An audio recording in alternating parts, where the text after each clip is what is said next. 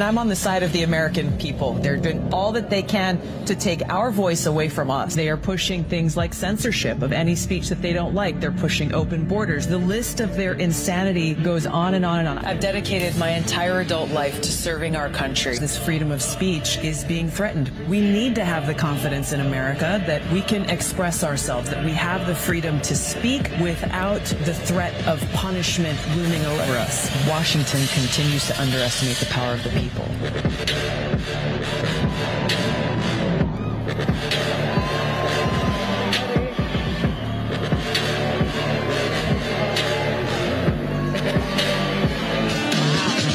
Hey! Aloha! Wow, it is so awesome to be here with all of you. I hear this is the first year that AmFest has had people here from all 50 states. So we got some Hawaii in the crowd here.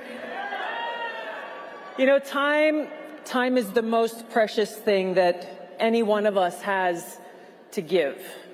And so it means a lot that all of you have taken the time out of your lives to come and gather here today to address the very timely and urgent mission that we have before us.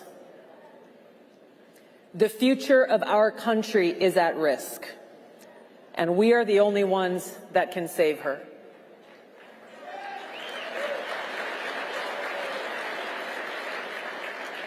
It's the Democrat elite and the permanent Washington establishment, the war machine made up of both Democrats and Republicans, who are abusing their power, undermining our God-given rights and freedoms enshrined in the Constitution, with one goal and objective in mind: protecting their power at any cost.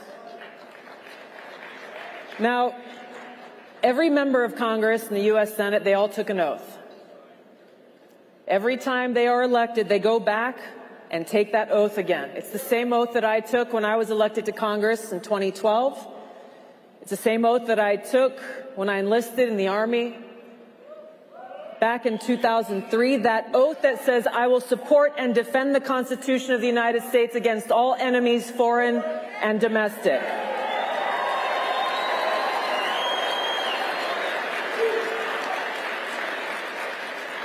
The sad reality is that many of these very people who raised their right hand and said those words pose a direct domestic threat to the freedom of our country today. So we ask ourselves, how did this happen? How is it that we have people serving in the most powerful halls in this nation who are not only ignoring our Constitution, but taking actions directly to undermine it? Did they not actually read it? If they had, and don't take it for granted that they have, they would have recognized that our founders saw that power and liberty are natural enemies.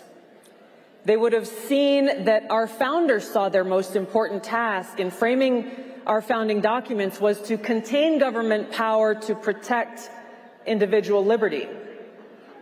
Our founders understood that our unalienable rights and freedoms are not given to us by any government or in the individual. They are freedoms bestowed upon us by our Creator and are intrinsic to every single one of us. Our government's responsibility is to protect them. My first year in Congress was 2013, and around the time of Constitution Day, I got an email saying, hey, you're invited to come to the House floor to be a part of reading the Constitution into the congressional record. I thought, this is awesome. What a great tradition, so that year after year we're reminded of that oath that we took and what it actually means. So I went down and participated in it. I didn't see very many of my Democrat colleagues there. And so later on I went and talked to them and I asked them, like, hey, this was really cool. I was stoked to be a part of this. Did you not get the email? The answer I got was quite condescending. They said, Tulsi, we know you're new here. You don't really quite get how this place works. We don't participate in that because that's a right-wing Republican thing. I was not only shocked, but pretty disheartened and saddened by that response. But now as we look at their actions year after year and escalating, especially over these last few years, what they said is actually borne fruit. They don't care about the Constitution. They don't care about the vision that our founders had for this country. They are so blinded by their hunger, this insatiable hunger for power, that they are putting their selfish interests above everything else. And they are launching this all-out assault on our God-given rights and freedoms. Something as simple as freedom of speech used to be something that most people from across party lines could agree was important. It's not the case anymore. We have the Democrat elite and their partners in the propaganda media and big tech who are threatened by a free people and a free society and doing all that they can to shut down our open marketplace of ideas, the public and virtual town squares, anywhere that we can debate our positions, sometimes with that fiery debate without fear of retribution or censorship. They're trying to take away our Second Amendment rights, our rights to defend ourselves and our loved ones, and our right to serve as a check on the power of a tyrannical government.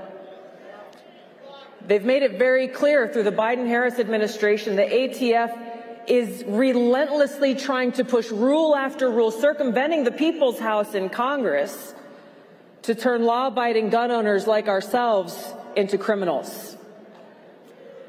They are discriminating against people of faith, especially Christians, arresting peaceful pro-life protesters, trying to remove God from every facet of our public life, and as we are seeing most recently, bending over backward, trying to placate pro-Hamas Islamist protesters, either because they are Islamist apologists themselves or they're afraid of being called Islamophobes, and turning a blind eye to the ever-escalating levels of anti-Semitic attacks.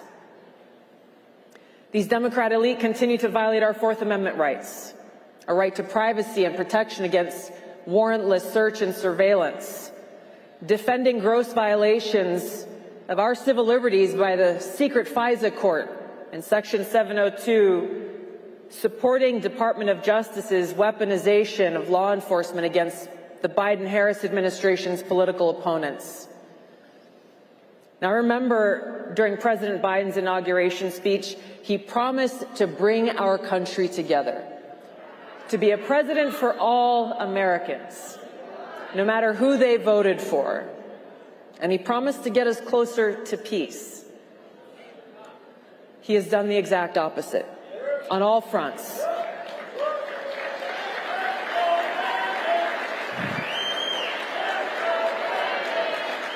He has torn our country apart, targeting anyone who didn't vote for him or dares to challenge his administration. He's racializing everything, turning Americans against each other, and putting us in a position where the world is on fire. We are on the brink of multiple wars and closer to nuclear catastrophe than ever before. These are just a few reasons why I left the Democratic Party.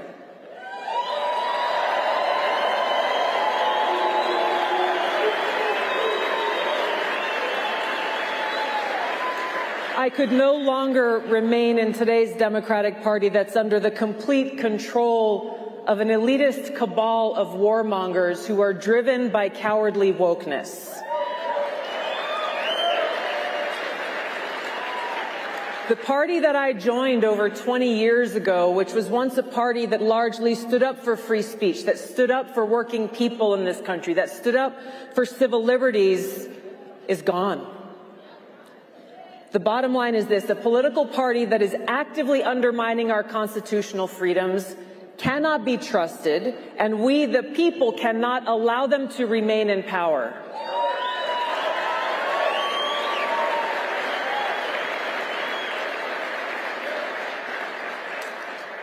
So as we head into this next election year, which is coming upon us very quickly, beware. Because we're dealing with people who have no respect for the rule of law, who will undermine it for their own political gain, and willing to do anything. We should not be surprised if they declare new national emergencies that allow them to grab onto more power. We should not be surprised if they declare new unnecessary counterproductive wars of choice, whether cold wars or hot wars, to stoke fear and try to force us into submission, all in the name of national security. James Madison said, of all the enemies to public liberty, war is perhaps the most to be dreaded because it comprises and develops the germ of every other. He went on to say that no nation could preserve its freedom in the midst of continual warfare. He has been unfortunately proven right time and time again. Not just by the Democrat elite who are in power, but the Republican neocons as well.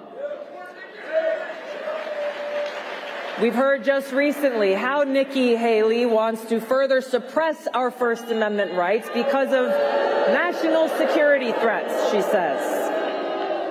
And when you look at how our constitutional rights and liberties are suppressed during these times of war, how easily these Republican and Democrat neocons so easily throw out do this or else national security. I saw this in Congress. I was served there for 8 years on the House Armed Services and Foreign Affairs committees and saw the abuses under the Patriot Act. So I introduced legislation to fix it. I worked with people like Congressman Tom Massey. We spoke out against these abuses, and guess what? On the House floor, Democrats and Republicans called us traitors. They said that by our actions to protect our civil liberties and argue we, the American people, should not choose between liberty and security, they said we were welcoming another 9/11-style terrorist attack on America. These are the people who are dangerous. These are the people who pose a threat to our democracy, our freedom, and our security. Now, we're seeing this start to play out with this ongoing proxy war against Russia at the expense of Ukrainian lives. They smear and censor anyone who dares to question, hey, maybe this is not serving our best interests. Maybe we should be looking at what is in the best interest of the American people.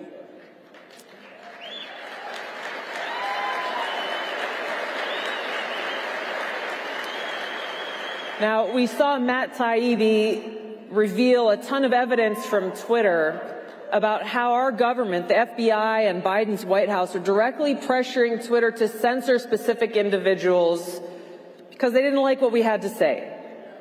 Republicans in Congress took action. They introduced and passed legislation called the Protecting Speech from Government Interference Act, which did exactly what it sounds like. It prohibited federal officials from taking action to censor free speech on the internet. It doesn't get more basic than this. This is something every Republican and Democrat should have easily voted yes for. In the House, every Republican voted yes. Every Democrat voted no. And I want to give you this example of their hypocrisy and their danger. The reason they gave for voting no was that, well, the government has an important role to play in protecting us silly, naive, stupid Americans from disinformation. Who gets to decide what disinformation is? Well, of course, it's them. It's the Biden White House. It's the Democrat elite in the media and tech. You have Representative Daniel Goldman from New York, who said that his no vote was a stand for free speech and democracy, because they have to protect us from this disinformation from Russia and China. Well, what kind of disinformation? Well, like Hunter Biden's laptop, something they deemed as Russian disinformation because they didn't want us to see that before we voted in 2020. Biden's White House says they have to hold on to this power to counter domestic extremism. Trust me, they're not talking about the Islamist terrorist Hezbollah sleeper cells that we know exist in this country. They're talking about the so-called MAGA Republicans that President Biden has labeled as the greatest domestic threat in America. They're talking about the radical traditional Catholics who the FBI has pointed out pose a threat because they prefer traditional Latin Mass. They're talking about parents who Biden's domestic terrorism unit is targeting because they have the audacity to go and protest at a Board of Education meeting for parents' rights. and against the irreversible mutilation of our kids in the name of gender-affirming care. And of course, the most egregious example of all that demonstrates how far they are willing to go to undermine the rule of law and our democracy is in the continuous assault and weaponization of the Department of Justice and law enforcement to go after President Biden's major political opponent in this election year. They are doing all that they can, and Special Counsel Smith has made this clear, to try to either throw President Trump in jail or do what it takes to prevent we, the American people, from having the choice ourselves to decide who we want to be our president and commander-in-chief. This is the kind of thing that we hear about happening in banana republics. This is not the kind of thing that we, the people, should accept as a new norm in our country.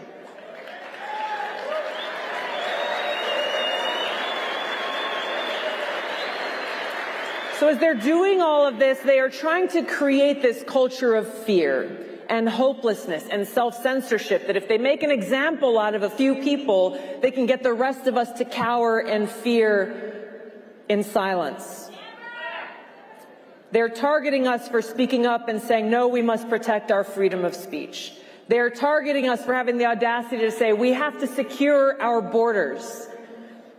For targeting us for having the audacity to say that there is such a thing as a woman and that there is no greater expression of hatred for women than to deny and erase our very existence.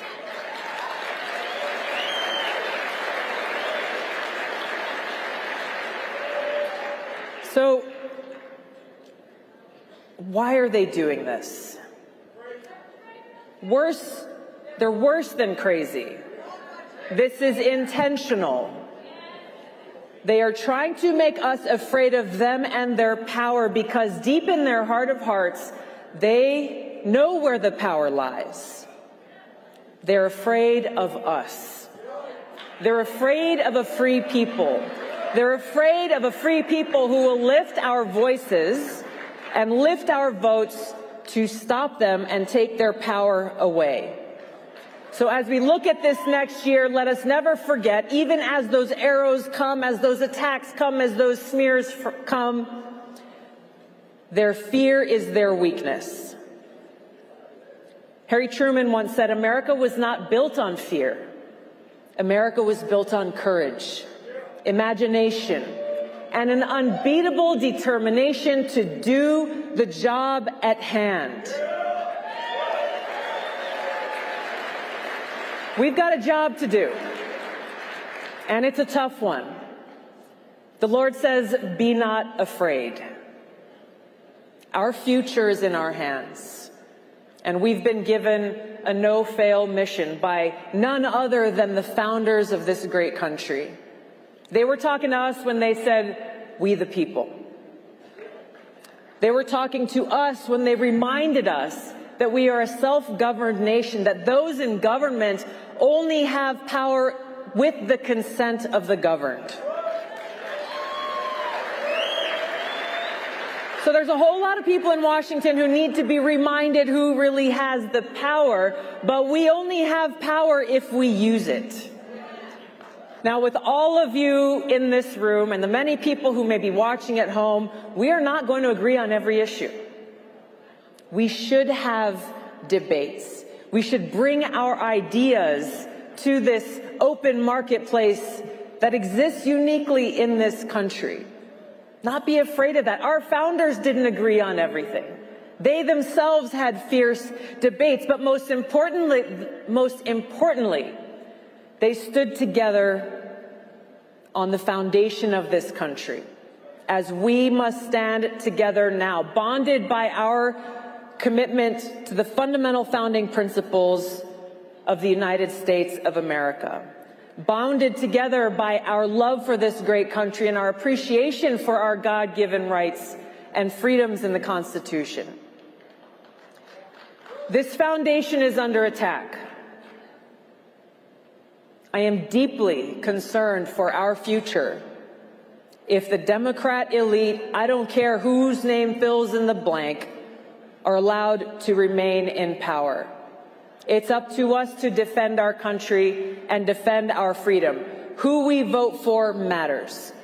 Being involved in this process matters. Yes, there are flaws and it needs to be fixed, but we can't fix anything unless our voices are heard.